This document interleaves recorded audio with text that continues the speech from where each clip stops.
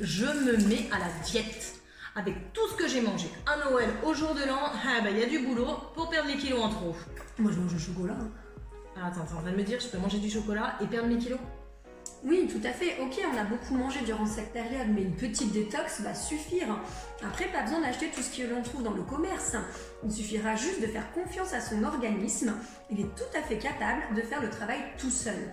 Il ne faudra juste pas trop le surcharger pour lui faciliter la tâche. En effet, de continuer à manger pas trop gras et pas trop sucré pendant une certaine période l'aidera donc à retrouver un équilibre tout seul. C'est vrai qu'après réflexion, Christelle, chaque année je me mets à la diète et ça marche pas. Eh bien, en effet, pour faire une détoxification, le corps a besoin de nutriments, c'est-à-dire d'aliments nécessaires pour transformer les substances toxiques en non toxiques et ainsi pouvoir les éliminer de l'organisme. Donc, si vous ne mangez pas, vous n'allez pas pouvoir mettre en place ces mécanismes de détoxification. Pour cela, le corps va solliciter plusieurs organes, dont le foie, les intestins, les reins, la peau et les poumons. On va donc voir dans cette vidéo le rôle de ces différents organes et surtout les aliments qui vont pouvoir booster leur fonctionnement.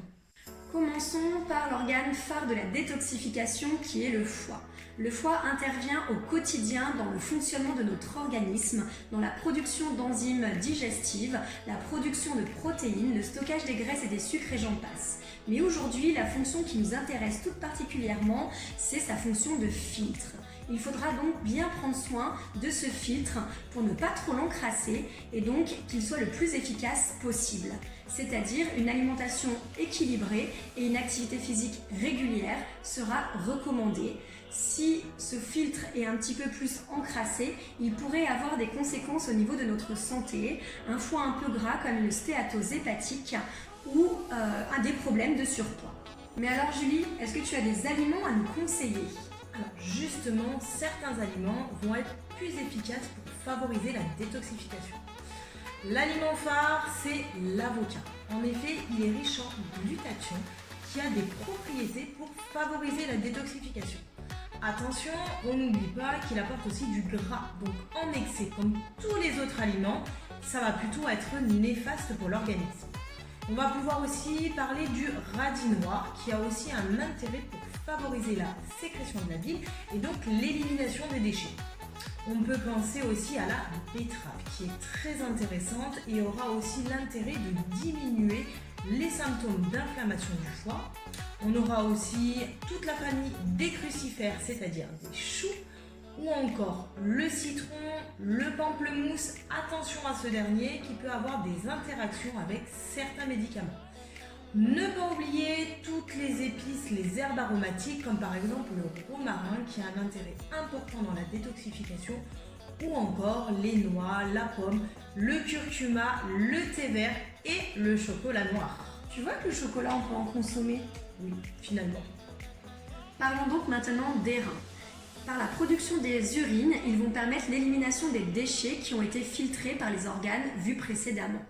L'eau sera le meilleur allié pour notre organisme pour éliminer tous ces déchets. De plus, l'eau permettra une bonne hydratation, permettra de réguler le transit, de vous aider au niveau du poids et d'améliorer vos performances physiques et intellectuelles. Attention cependant aux eaux minérales qui peuvent être importantes en sel et donc être plutôt diurétiques et être néfastes pour votre bon fonctionnement du rein. Alors, vous pourrez donc alterner les boissons froides, les boissons chaudes. Les boissons chaudes ont aussi l'intérêt d'être diurétiques, c'est-à-dire de favoriser l'élimination des déchets. Vous pouvez donc rajouter dans vos préparations des tranches de citron, des tranches d'orange, des feuilles de menthe par exemple, ou encore de préparer des infusions maison avec des plantes qui vont favoriser le fonctionnement des reins, comme par exemple une infusion à base de pissenlit, d'ortie, de bardane, de thé vert ou encore par exemple d'artichaut. Pour plus de conseils sur le côté hydratation, vous pouvez vous reporter bien sûr à notre dernière vidéo qui portait sur les boissons. Continuons par les poumons. Ce sont bien sûr des organes vitaux indispensables. Ils vont nous servir principalement à l'oxygénation de nos cellules, mais aussi l'élimination des déchets gazeux et solides comme par exemple la poussière. Il va falloir pour cela bien sûr en prendre soin. Il faudra donc commencer par limiter le tabac, éviter la pollution ou encore diminuer le stress. Pour cela, vous pourrez favoriser le yoga, la méditation, la sophrologie et travailler bien sûr sur votre posture. Il sera aussi important de favoriser l'activité physique qui permettra d'augmenter les capacités pulmonaires, mais aussi de favoriser l'élimination des déchets, donc la détoxification. Côté alimentation, on favorisera l'équilibre alimentaire, c'est-à-dire une alimentation saine et variée. Pensez aux antioxydants qui limitera le vieillissement cellulaire. Côté plantes, on favorisera les tisanes composées de thym et d'ortie pour nettoyer et fortifier nos poumons, ainsi que des tisanes de miélis, de tilleul, de thé vert, essentiellement. Terminons maintenant par la peau. La peau est la première barrière de notre organisme pour lutter contre les agressions extérieures. Lorsque notre organisme est saturé, la peau va donc nous permettre d'éliminer ces toxines et donc de fabriquer plus de sébum. Attention, à ce moment-là, on peut avoir une peau plus riche en boutons, peau grasse ou peau terne. C'est la raison pour laquelle il est important de bien en prendre soin. Une alimentation équilibrée est encore ce qu'il y a de recommandé pour protéger notre peau. De plus, les fruits et légumes, avec leur richesse en antioxydants, permettra aussi une meilleure protection de notre peau. Il sera aussi important d'hydrater votre peau. Pour cela, il faudra boire tout au long de la journée de l'eau. Vous pourrez aussi favoriser l'activité physique qui permettra d'éliminer les déchets au travers de la transpiration. Un petit plus avec le sauna et le hammam qui renforceront la détoxification.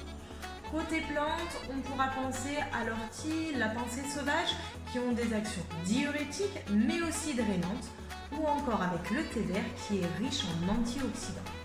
En conclusion, aucun intérêt de faire des régimes qui ne fonctionnent pas sur le long terme. Une petite cure détox pourra booster votre organisme et vous aider à perdre les quelques kilos en trop. Si vous avez des idées, des astuces, n'hésitez pas à les laisser en commentaire et on espère que cette vidéo vous apportera des conseils et vous aidera au quotidien. On vous dit à très vite dans une prochaine vidéo sur notre chaîne YouTube Mon Alimentation, Plaisir et Santé. Mais qu'est-ce que tu fais, Julie? Ah, là c'est décidé Christelle, je me mets à la diète après les fêtes. Mais pas besoin de se mettre à la diète, on peut manger du chocolat. Il suffit juste de faire une petite détox. Et alors comment je fais pour faire une petite détox en mangeant du chocolat? Alors, pour faire une petite détox, il suffit juste de faire une petite détox pour décrasser les organismes. On va donc commencer par l'organe phare de la détoxification qui est le foie. Le foie joue un rôle dans de nombreux fonctionnements pour notre organisme au quotidien. Il va jouer un rôle dans la production d'enzymes.